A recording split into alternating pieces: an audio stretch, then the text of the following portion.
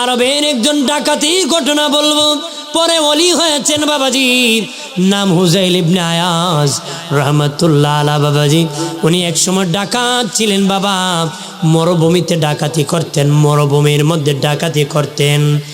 বাবাজি পরে বাবাজি আল্লাহর ওলি হয়েছিলেন রে বাবাজি হুজাইল ইবনে আয়াজ।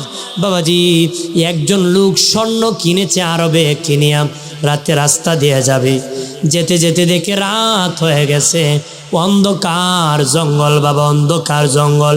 মনে মনে কয় বাবা এটা তো হুজাইল ডাকাতের এলাকা, স্বর্ণ ধরে নিয়ে যাবে, তাহলে রাতটা রাস্তায় হাঁটবো না, জঙ্গলে ঢুকিয়া অন্ধকারে বসিয়া আমি কাটায় দিব। মনে করেন একটা এলাকা আইসা এতে কয় এটা তো ওই ডাকাতের এলাকা, এইখানে যদি আমি রাস্তা দিয়ে যে আমার স্বর্ণের তলি নিয়ে যাবে, কি করবো, রাতটা জঙ্গল বয়ে খাটাইলাই, সকালবেলা যাইব। বেটা জঙ্গল ঢুকছে, গিয়া দেখে এক বেটা ফাগরি ফরা, আবা ফরা, নামাজের মুসল্লা নিয়ে ওই জঙ্গলে দাঁড়ায় নামাজ পড়তেছে। সুবহানাল্লাহ কন্যা তি ওই লোক কইতেছে বাবা রে, যে এলাকা হুজাইল ডাকাতের বাড়ি, ওই এলাকায় একজন আল্লাহওয়ালার বাড়িও আছে, একজন আল্লাহওয়ালারও। কি করলো বাবাজি ওই পথিক, তখন মনে মনে বলি তার কাছে রাতটা কাটাই দিব। পাশে গিয়া বসেছে, মনে মনে কয় স্বর্ণের তলিটা আমার কাছে আছে, উনি তো স্থানীয় মানুষ, ওনার কাছে যদি রেখে দিই কোনো ডাকাত সাহস করবে না, ওনার কাছে রেখে দিব। কোস্তাজি এই স্বর্ণের তলিটা আপনার কাছে রাতের জন্য আমানত রাখতে চাই। উনি বাবা ধরলেন না, হাতের ইশারা দিয়ে দেখাইলেন নামাজের মুসল্লার নিচে রেখে দাও। গসবাকের কথা বললে, ঘটনা বললে সারা রাত বলা যাবে, আমি দরকারি জন্য মানে এদিকে যতটুকু দরকার এদিকে বলেছি, এখন একটু এদিকে বলতেছি। হাজিরিন তখন মনে মনে কইতেছে ওনার কাছে রেখে দিতে, রেখে দিছি। উনি কয় আমার নামাজের বিছানার নিচে রেখে দো, রেখে দিছে। ফজর যখন কাছাকাছি হয়ে গেছে, দেখে ডাকাতরা আইয়া দলে দলে টাকা পয়সা জমা দিতেছে। টাকা পয়সা কি বুঝে বেটা নামাজও দাঁড়াইলাছে আবানিয়া, তার কাছে স্বর্ণ হীরামণি মুক্তা হাজির করছে। আর এবারে মনে মনে করে সর্বনাশ, আমি বাঘের কাছে ছাগল বাকি দিছি। বাঘের কাছে কি খবর নিয়ে দেখি উনি বাবা হুজাইল ইবনে আয়াজ, উনি ডাকাতের নেতা। মনে মনে বলে আরে নিজে নিজে ধরা দিছি, নিজে নিজে ধরা দিছি, স্বর্ণের তলিটা রাখছি, নিজে নিজে বাঘের কাছে ছাগল বাকি দিছি, কারবার সাইরা ফালাইছি, জান বাঁচায়া বাগি। জান বাঁচায় কি বাগি, কারণ প্রাণও যাইতে পারে। ঠিক ওই লোক সেখান থেকে উঠিয়া 2-4 কদম সামনে গিয়া মনে মনে কয় লোকটা তো দিয়েও দিতে পারে, তাকে তো বললে হতে পারে ভাই আমার স্বর্ণটা রাখছিলাম ফেরত দেন। অন্তত পক্ষ বলে দেখি। 2 কদম 3 কদম সামনে যায় আবার ঘুরিয়ে আসিয়া কয় ভাই একটা আমানত আপনার কাছে রেখেছিলাম, ফেরত দিবেননি? তখন দেখো না আমি তো ধরি না, তুমি যেখানে রেখেছিলা সেখান থেকে নিয়ে যাও। কন্যা সুবহানাল্লাহ। ঠিক ওই লোকটা স্বর্ণ নিয়ে যখন চলে যান, হুজাইল ইবনে আয়াজের শিষ্য ডাকাতরা বলে উস্তাদ জি কি নিতেছি? কয়েকটা আমানত আমার কাছে রেখেছে স্বর্ণের তলি। সারা রাত ডাকাতি করিয়াম আপনার কাছে আমরা দিই, বড় বাট আপনারে দেই, আমরা ছোটটা নেই। হ্যাঁ নিজে নিজে ধরা দিয়া আপনার কাছে স্বর্ণ দিয়েছে আর আপনি ফেরত দিয়ে দেন, কারণ কি? এটা হতে পারে না। তখন হুজাইল ইবনে আয়াজ ডেকে বলে আমার সঙ্গী সাথীরা রে, আমার সঙ্গী সাথীরা, আমি যখন ডাকাতি করি আবা খুলে টুপি পাগড়ি খুলে ডাকাতি করি, পাঞ্জাবি খুলে ডাকাতি করি, আমি তখন নবীর সুন্নত পাগড়ি টুপি জুব্বা আবা আমার পরিধান পরা থাকে না, পরিধান অবস্থায় থাকে না। আর আমি রাতের বেলা এই আবার পাগড়ি এই টুপি লাগাইয়া পাগড়ি লাগাইয়া আমি নামাজের বিছানায় দাঁড়াইলাম, নামাজ পড়তেছি। ওই লোক আমার পাগড়ি আর জুব্বা দেখি বুঝতে পেরেছি এটা নবীর উম্মত, এটা ডাকাতি করতে পারে না, আমানত রেখেছে। আমি যদি খেয়ানত করি কিয়ামত পর্যন্ত মানুষ দাড়িওয়ালা টুপিওয়ালা দেখলে বিশ্বাস করবে না, ডাকাত চোর মনে করবে। হ্যাঁ আমার সঙ্গী সাথীরা, আল্লাহ নবীর টুপি আর পাগড়ি পাঞ্জাবি ইজ্জত রক্ষা করার জন্য আমি তার মাল ফেরত দিয়ে দিয়েছি, আমানত খেয়ানত করি নাই, এই জন্য ফেরত দিয়েছি। আল্লাহ বলেন, এ ফেরেশতারা, হেদায়েতের খাতা আলম, হেদায়েতের খাতায় আমার হুজাইল ইবনে হায়াদের নামটা উঠা দেরি কন্যা সুবহানাল্লাহ। হুজাইল ইবনে আয়াজ বাবাজি সর্বশেষ করে কিন্তু যে বাড়িতে ডাকাতি করে কাগজে লিখে রাখে, ওই বাড়িতে এত করছি, ওই বাড়িতে অত করছি, ওই বাড়িতে অত করছি, এইভাবে লিখে রাখে। আর সকালবেলা বাড়ি ফিরতেছে বাবাজি, বাড়ি যাওয়ার রাস্তা একজন কারি সাহেব ফজরের নামাজের পরে কোরআন তেলাওয়াত করতেছে, মধুর সুরে কোরআন তেলাওয়াত করতেছি। আর বাবাজি হুজাইল ইবনে আয়াজ ওই ঘরের দরজায় গিয়া ডাক দিছি, কারি সাহেব কয় কে? আমি হুজাইল ইবনে আয়াজ। কারি সাহেব বুঝতে পেরেছে ডাকাত আমার দরজা এসেছে, দরজা ভেঙে ফেলবে। কয় ভাই সাহেব ভাঙিয়েন না, আমি দরজা খুলতেছি, আমি দরজা। কারি সাহেব ভাবছে ডাকাতির লেগেছে, তো বাবা আমার দরজা ভেঙে লাভ নাই, আমি খুলতেছি। আর আগে ডাকাত তো ছিল, আওয়াজের ডাইসও ভালো না, আওয়াজ কথা কওয়ার ডাইসও কি ভালো না। কারি সাহেব দরজা খুলেছি, বলে কি খবর? কয় শোনো রে কারি সাহেব, আবার কোরআন তেলাওয়াত করো। কারি সাহেব বলেছি, মনে হয় আমি তেলাওয়াতে কোনো ভুল করেছি, এই জন্য আমাকে বলেছে আবার তেলাওয়াত করতে। বাবাজি ওই ভুল হয়েছে ভয়তে কারি সাহেব বাবা আবার তেলাওয়াত শুরু করে দিয়েছে।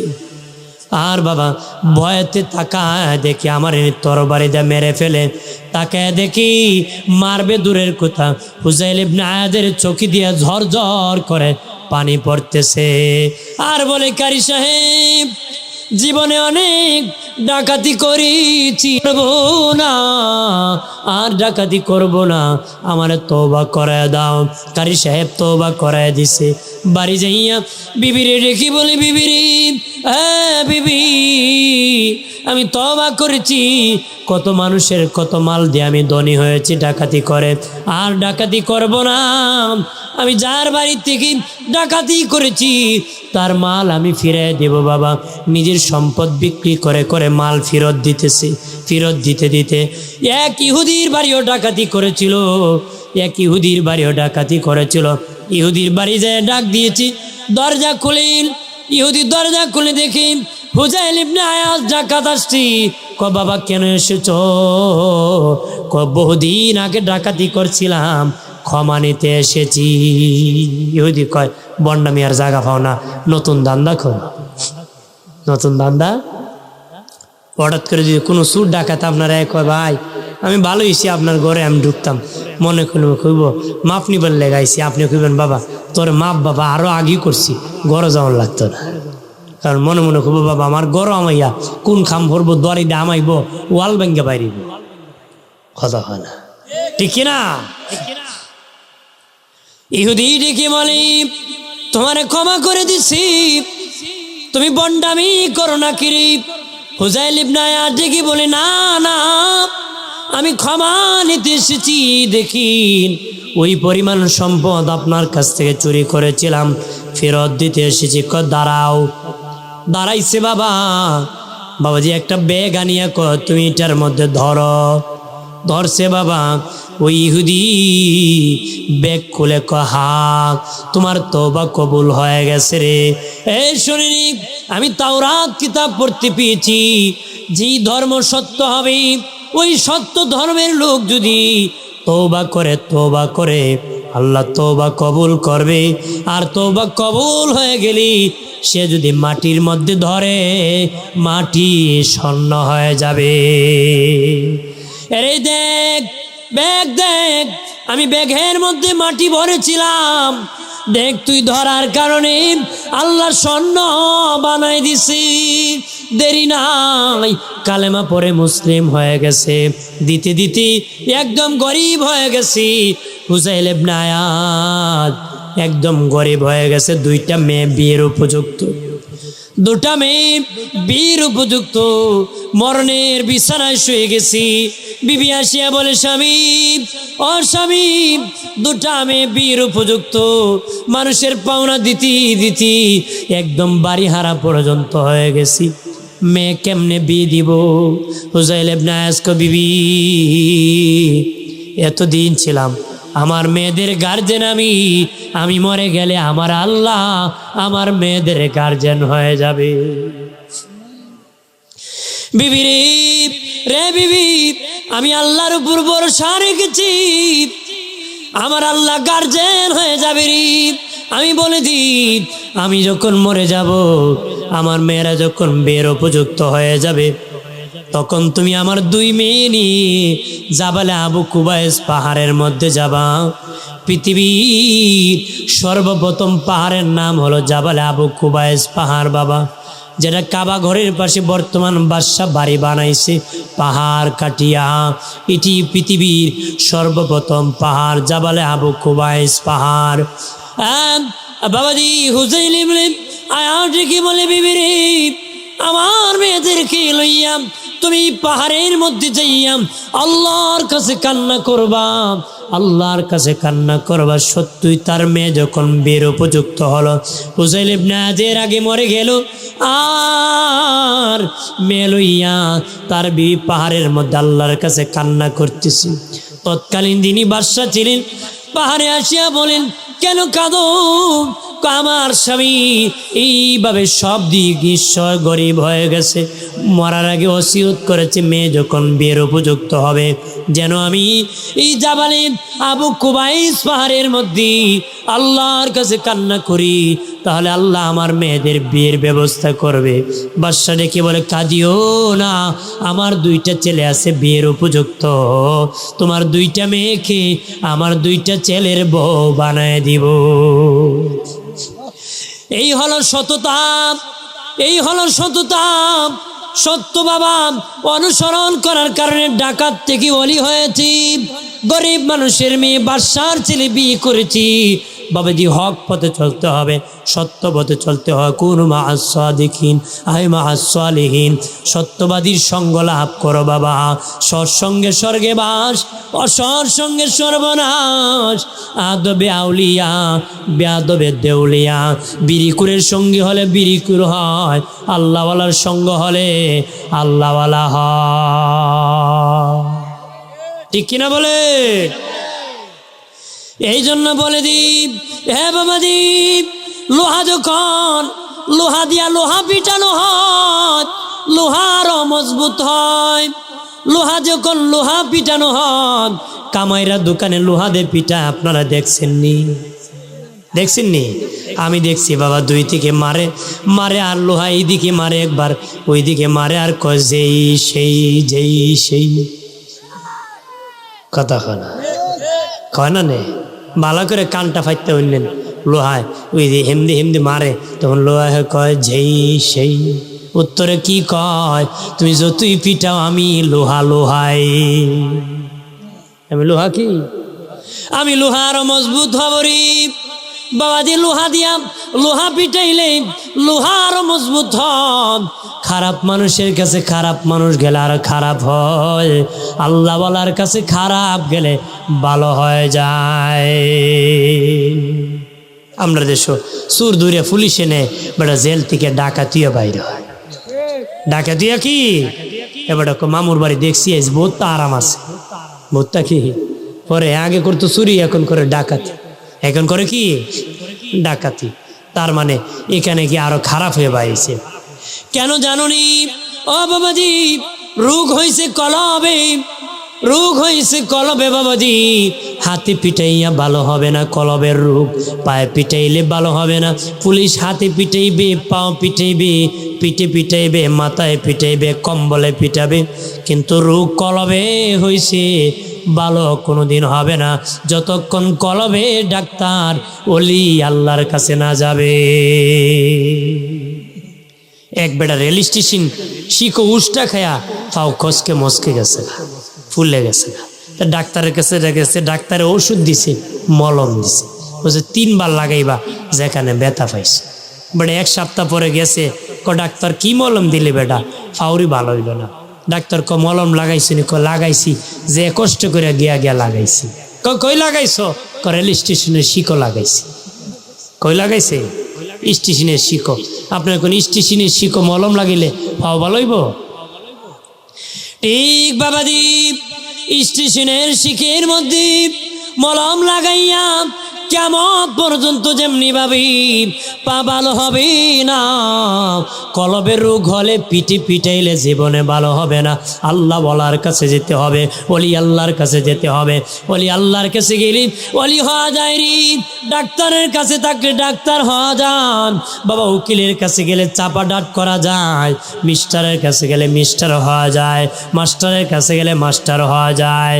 বাবাজি ব্যবসায়িকের সাথে গেলে ব্যবসায়িক হওয়া যায়। ও বাবাজি, ও বাবাজি খেয়াল করেন, ভালো করেন, ওলি আল্লাহর সাথে থাকলে ওলি আল্লাহ হওয়া যায়। কি হওয়া যায়? এই জন্য বলে দিই, গুনাহ ছেড়ে দিতে হবে, ওলি হতে হবে। বাবাজি যদি রে বাবাজি 50 বছর হজ করেন, 25 বছর পীরের দরবারে জিকির করেন, 50 বছর হজ করেন, 25 বছর পীরের দরবারে জিকির করেন, কিয়ামতের দিন তোমার স্ত্রী পুত্র ছেলে মেয়ে যদি আল্লাহর আসামির কাঠগড়ায় ধরা পড়ে যায়, আল্লাহর কসম 1 বার, আল্লাহর কসম 2 বার, আল্লাহর কসম 3 বার, ও হাজি সাহেব স্ত্রী পুত্র ছেলে মেয়ের হিসাব যতক্ষণ দিবা না ততক্ষণ জান্নাত কপালে নসিব হবে না।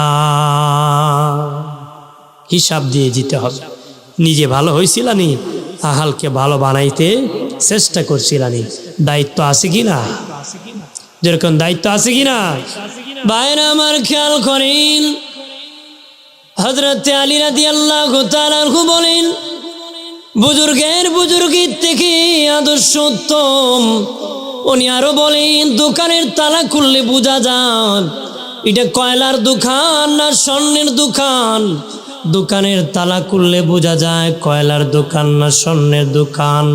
5 জিনিস একত্রে করলে একত্রে ধারাবাহিক সিরিয়াল বাই 5 জিনিস যদি করতে পারেন ওলি হতে পারবেন। আমরা ওলি হতে চাই, ওলি আল্লাহ হতে চাই। বাবা কয় জিনিস দূরে, এখন কয় জিনিস? 5 জিনিস একত্রে। 1 নম্বর কোনো গুনার কাজ করা যাবে না, 2 নম্বর ফরজ ছাড়া যাবে না, 3 নম্বর ওয়াজিব ছাড়া যাবে না, 4 নম্বর সুন্নতে মুআক্কাদা ছাড়া যাবে না, 5 নম্বর সুন্নতে জায়েদা নফল ইবাদত ছাড়া যাবে না।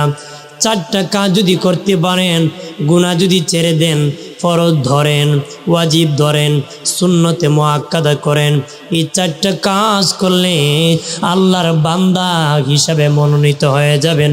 বন্ধু হন নাই, বন্ধু হতে গেলে 5 নম্বর নফল ইবাদত করতে হবে। বন্ধু হতে গেলে কোন কাজ করতে হবে? নফল কাজ করতে হবে। বাবাজি গুনার কাছ থেকে বাঁচবেন, জাহান্নাম থেকে বাঁচার জন্য ফরজ বাবাজি ধরবেন জাহান্নাম থেকে বাঁচার জন্য, ওয়াজিব ধরবেন জাহান্নাম থেকে বাঁচার জন্য। বাবাজি সুন্নতে মুআক্কাদা আদায় করবেন, দ্বীনের নবী নূরের নবী সুপারিশ পাওয়ার জন্য। সুপারিশ পাবেন মানে জান্নাতি। নফল ইবাদতের দরকার নাই, জান্নাতি হয়ে গেছেন। তবে 5 নম্বর যারা নফল করেন, আল্লাহ বলেন, হে ফেরেশতা আমার বান্দা চতুর্থ কাজ করি জান্নাতি হয়ে গেছি, তারপরও নফল ইবাদত করেছি। এটা কোনো স্বার্থে নয়, জান্নাতের আশা নয়, এটা আমাকে খুশি করার জন্য, রাজি করার জন্য রে। তোরা সাক্ষী থাক, তারও আমি আমার সাধারণ বন্ধু বানাইলাম। সুবহানাল্লাহ কইতেন না? না নির্বাচনের মিছিল কইরা গলা ভাঙ্গি গেছি? হ্যাঁ, চাটা খাইছেন না? কন না সুবহানাল্লাহ। কন সুবহানাল্লাহ। আজকে একটু কুয়াশা বেশি না? আজকে আমার শেষ মাহফিল রোজার আগে আগামীকাল তো আমাদের তারাবি হবে। মাহফিলটা নিয়ে সন্দেহ আছে যে তারাবি হয়ে যায় কেন। তারও ভাবছিল কি হয় না কি হয়, আল্লাহর মেহেরবানি, যেটা সিদ্ধান্ত আল্লাহর পক্ষ থেকে হয় ভালোর জন্যই হয়। কন্যা সুবহানাল্লাহ, জোরে কর। তাহলে নফল ইবাদত করলে কি হব? আমরা ওলি আল্লাহ হব। তবে সিরিয়াল ঠিক রাখতে হবে।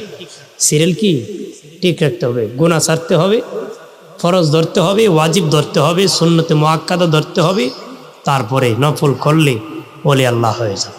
ওলি আল্লাহর প্রতি সহি পথ। কেউ যদি ভণ্ডামি করে সে ভণ্ড, কিন্তু অলির পথ জাহান্নামের পথ নয়, এটা জান্নাতের পথ। যে ভণ্ডামি করবে হে দুজকের পথে আছে, যে অলি আল্লাহর বিরোধিতা করবে ও দুজকের পথে আছে। যারা অলি আল্লাহর পথে থাকবে ওর ওই জান্নাতের পথে আছে। সামনে রমজান মাস, রোজারা রাখবেন? কথা কনা রাখবেন নি না ভাঙবেন? বেটা আগে নিয়ত করছে, আমি রোজা রাখতাম পারতাম না, আমার গ্যাস্ট্রিক। আমার কি গ্যাস্ট্রিক? নিয়ত করে লিছে আগে। বলেন তাহলে ও কাম হইব? আরে নিয়ত করার দরকার ছিল, আল্লাহ আমি রোজারা রাখতাম, আমার গ্যাস্ট্রিকটা কমাই দিও। ঠিক কিনা? নিয়ত করা বান্দার কাজ, কবুল করা কার কাজ? আল্লাহর কাজ। হ্যাঁ, নিয়তি করছে রাখতো না, নিয়তি করছে কি রাখতো না। এমন আছে কি না? আরে বাবা, অভাব নাই। জন থাকতো রাখে না, বুড়োইও রাখে না। হ্যাঁ, রাখবেন নি? এক হুজুর গেছিল এক বেটার বাড়ি, ইফতারি দাওয়াত খাইতো। কি খাইতো? দেখিয়া কমে, তোমার বাড়িতে ইফতারি খাইতাম, তুমি রোজা রাখো নি? কৌজুর কি কন, আমার বড় জিগান জীবনে আমার একটা রোজা ভাঙ্গাইতে পারছে। কগো তোমার স্বামীরে নাকি একটা রোজা তুমি ভাঙ্গাইতে পারো না? কৌজুর কি কইমু, তা রাখলে না আমি ভাঙ্গাইতাম। জীবনে রাখছুই না। জীবনে কি তোর করে খাওন জানা রে, আমি ফলাম। কৌজুর আমার বউ রাখে, খাইলাম। তুমি রাখো নি গো? আমি আগা মাথা রাখি। হুজুর কি মাথা রাখি? আগা মাথা। মহিলা মহিলা জিত থাকে, আবার পিছন থেকে এক মহিলা হুজুর আগা মাথা বুঝছি নিবিডি ফইলা রাখে, শেষে রাখে মাঝখানে ফুটুস, মাঝখানে খালি খায়। হুজুর আসসালামু আলাইকুম, আমি যাই, দরকার নাই। প্রথম প্রথম কয়েকটা রাখবো, পরে আবার ভাঙ্গে, কিছু বেহায় বেলা যা আছে। আছে কি না? আর রমজানের চাঁদ যখন উদিত হবে, ইবলিসকে আল্লাহ শিকল দিয়ে বেঁধে ফেলে। এরপরও রোজা রাখে না, শয়তান ধোঁকা দেয় না, হ্যাঁ নিজেই শয়তান, নিজেই শয়তান। হের পিছে শয়তান ঘোরা না, এ শয়তানের পিছে ঘোরা। শয়তানের পিছে কি? আমি তো মাঝে মাঝে কই, বহু লোক আছে শয়তানে হেরারে দেখলে মনে আসে, ও বাবা তুমি যে উস্তাদ, তোমারা যে বানাইছিল আল্লাহ, আমারা কেড়ে বানাইলা। এমন ইবলিস মার্কা আছে কি না? রোজারা রাখবেন, তারাবি পড়বেন নি? কয় রাকাত? কথা কন 8 রাকাত বেশি না 20 রাকাত বেশি? আমল বেশি দরকার না কম দরকার? 8 রাকাত তাহাজ্জুদ, 20 রাকাত তারাবি। 8 রাকাত কোনো তারাবি না।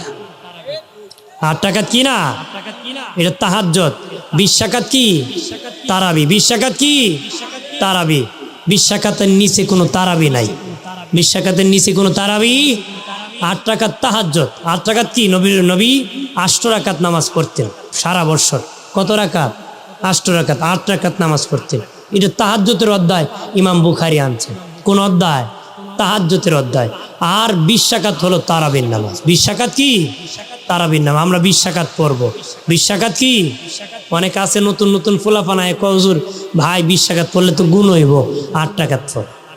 হেরে জিগে এনবে তোর বাপে পড়ছিল কয় রাকাত? কইব 20 রাকাত।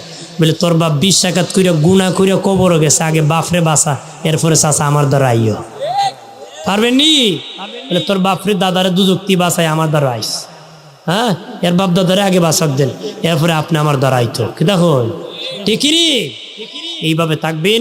20 রাকাত তারাবি পড়বেন। করলে কি হবে?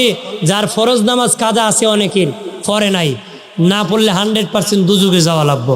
হাসর দিন আল্লাহ কি দেখ আমল নামায় সুন্নত নামাজ কত রাকাত আছে। এই তারাবির নামাজ সুন্নত নামাজ। আল্লাহ বলে এরকম সুন্নত যত নামাজ আছে, তারাবির নামাজ আরো সুন্নত নামাজ আছে, কত রাকাত আছে।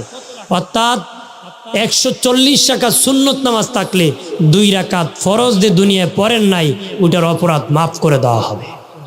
140 রাকাত সুন্নতের দ্বারা 2,88,000 বছর জাহান্নামের আগুন থেকে বাঁচা যাবে। তাহলে সুন্নত নামাজ দরকার আছে কি না? সুন্নত নামাজ কখন কাজে আসবে?